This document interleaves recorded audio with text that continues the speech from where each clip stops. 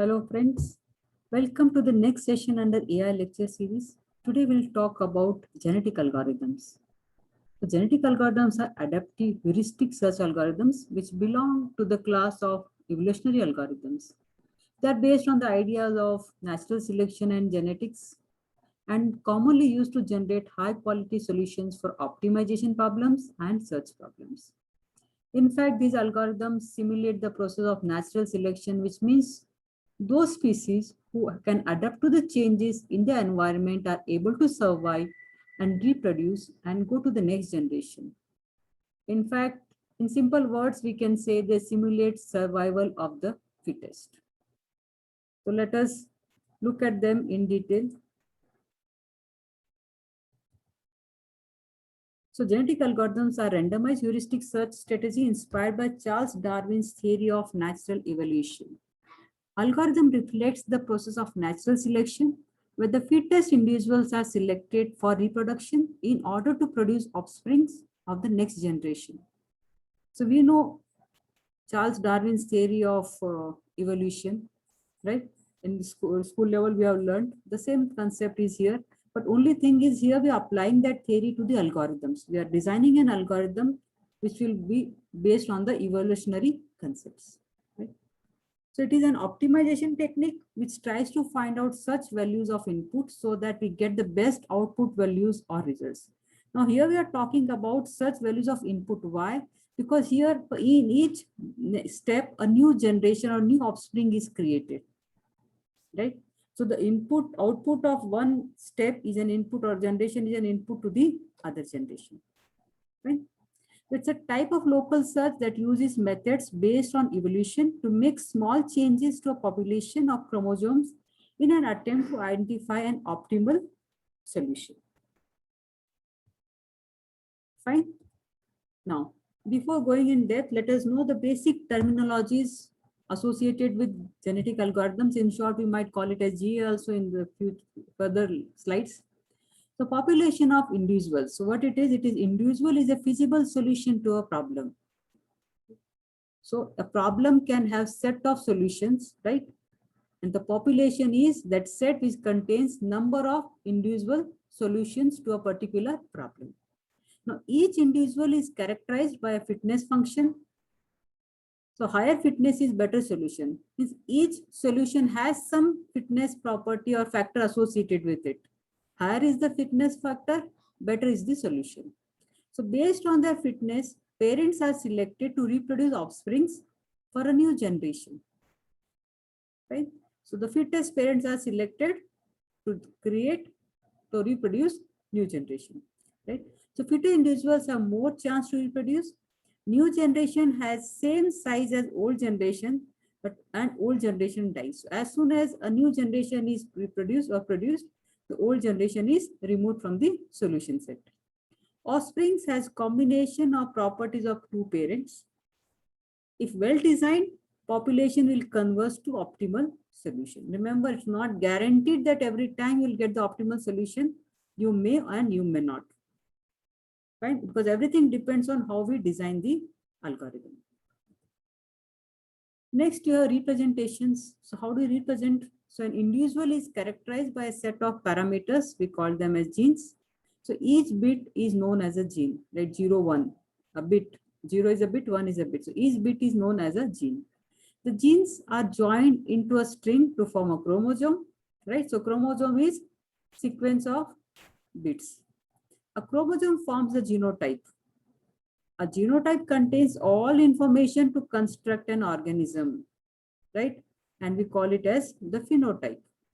Now, fitness is measured in the real world of the phenotype. For each individual, the fitness is measured.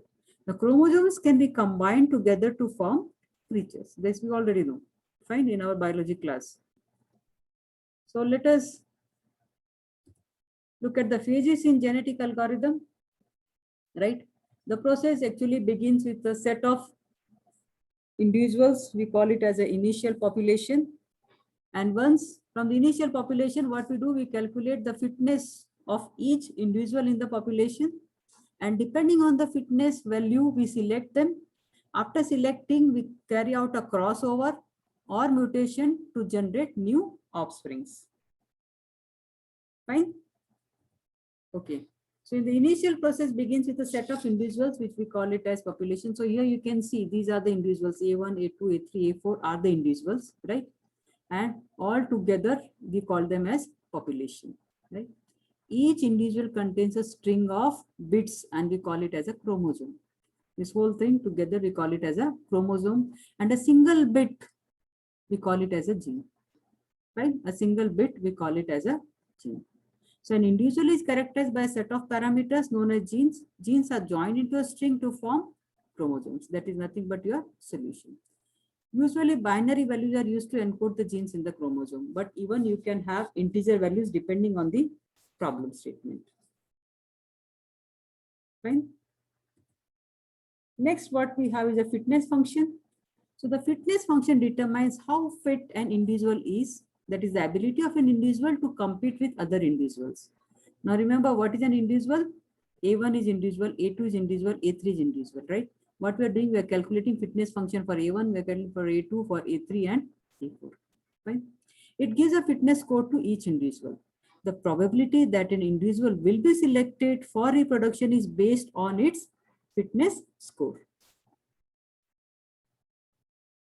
Now next, what we have is a fitness proportionate selection. It is one of the most popular ways of parent selection. In this, every individual can become a parent with a probability which is proportional to its fitness. Depends on its fitness. Therefore, fitter individuals have higher chance of mating and propagating their features to the next generation. Right?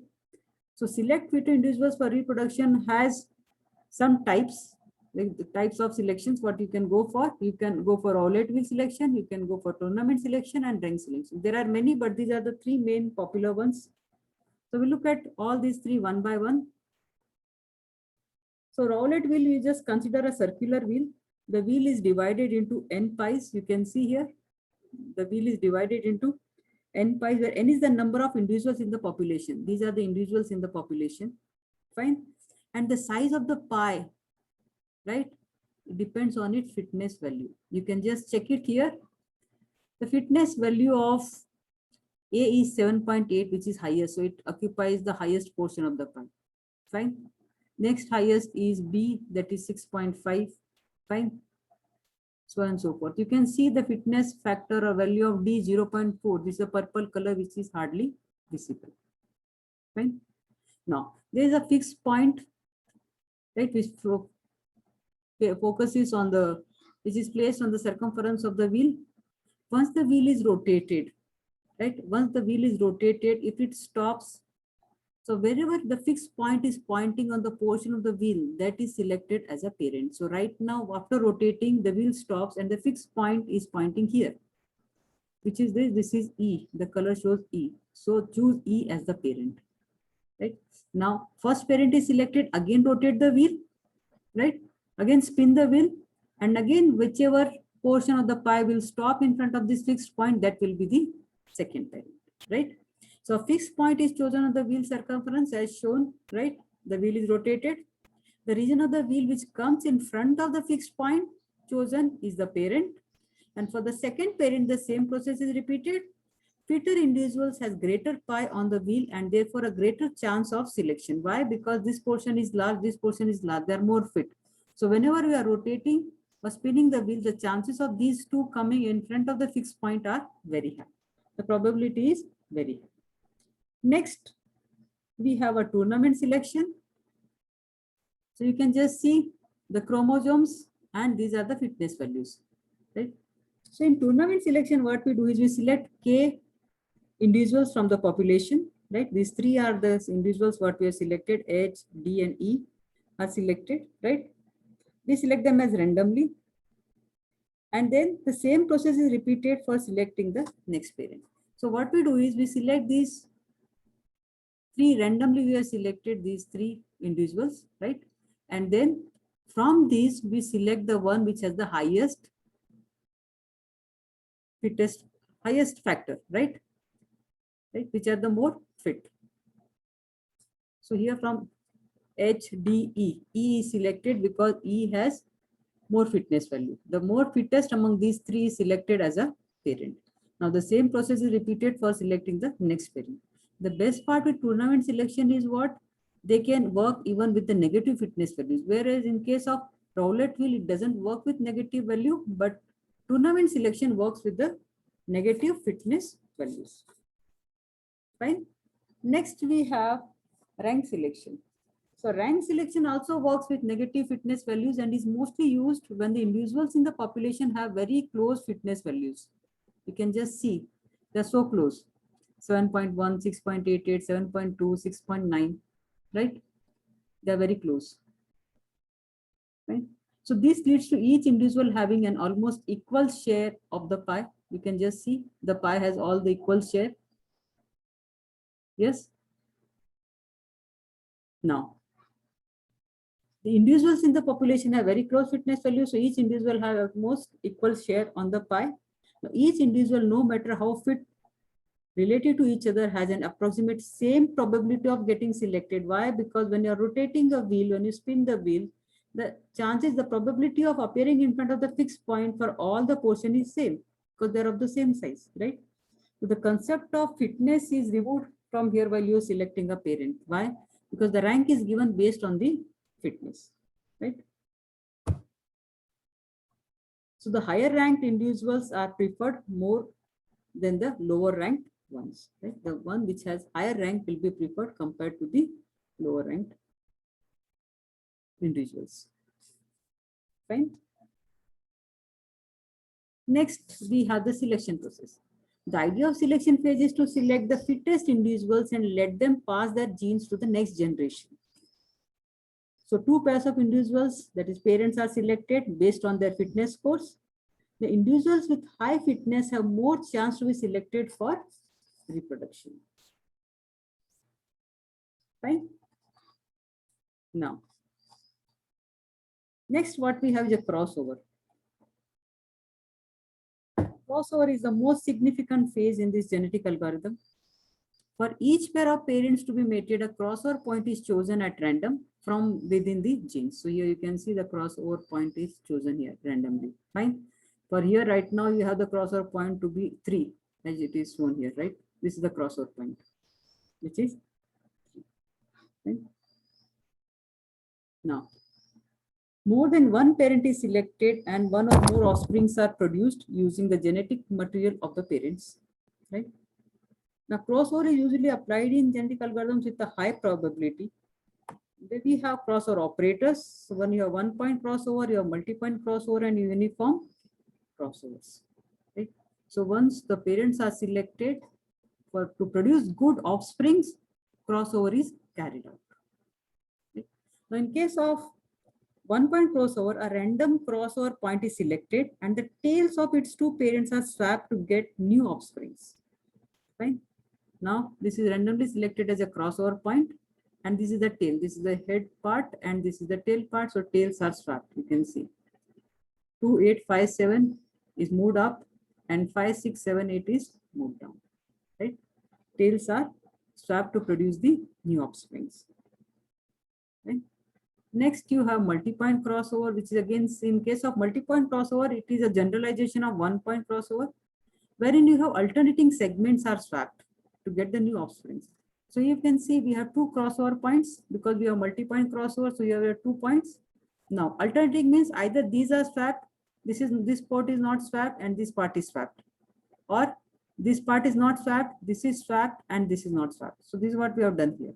This part is not swapped, this is swapped, this is not swapped. So alternatingly, you keep on swapping. Fine. So here you can see only this portion, that 7 to 8 is moved up. It is swapped with 4, 5, 6 here. Fine. Next, you have uniform crossover.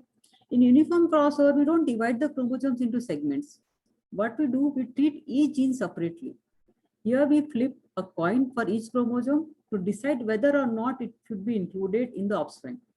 We can also bias the coin to one parent to have more genetic material in the child from that parent. So it is quite simple. You have the 2 individuals and then you decide, right, whether they should be swapped or no in the case of new individuals. So if you see the first gene, it is not swapped, the bit, right? The second one is swapped. You can say 9 and 2 are swapped. Fine. 3 and 1 are not swapped. 7 and 2 we are swapped with 4 and 5, right? So using this, by swapping some bits, you do get a new offspring produced. Right? And how do you decide to swap? By flipping a coin.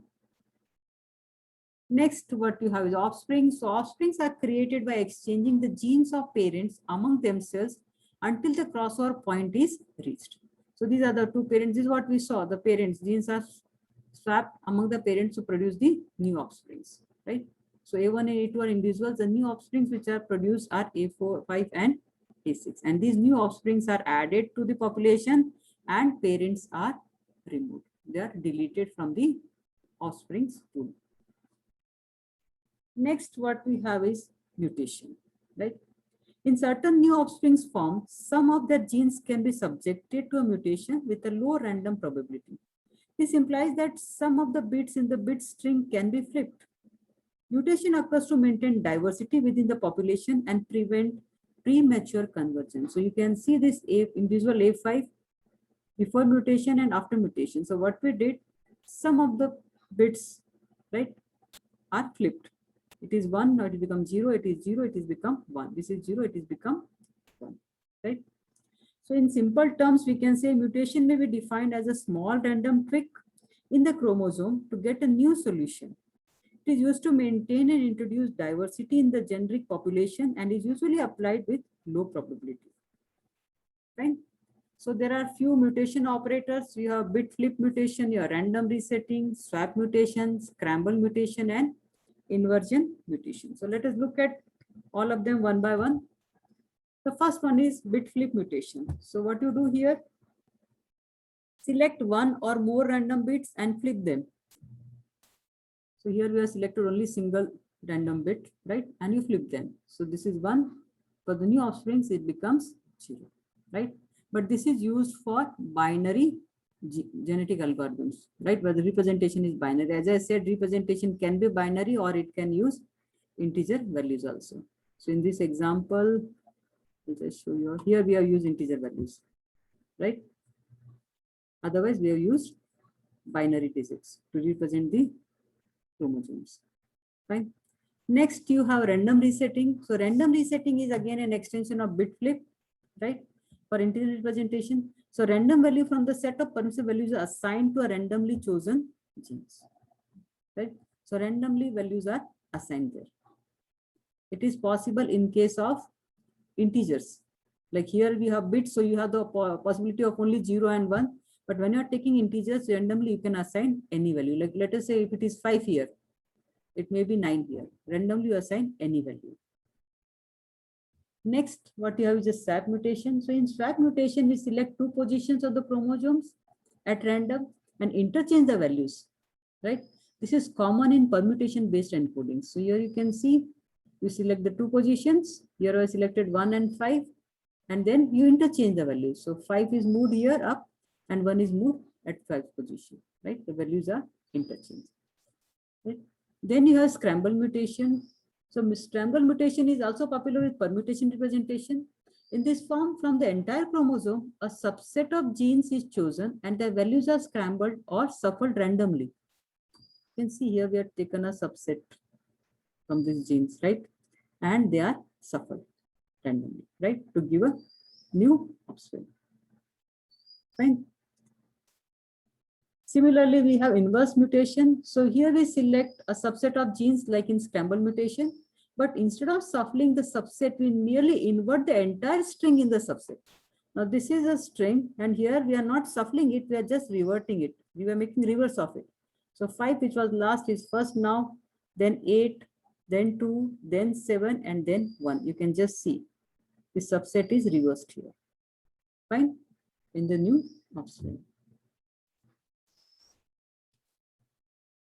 I hope the concept is clear.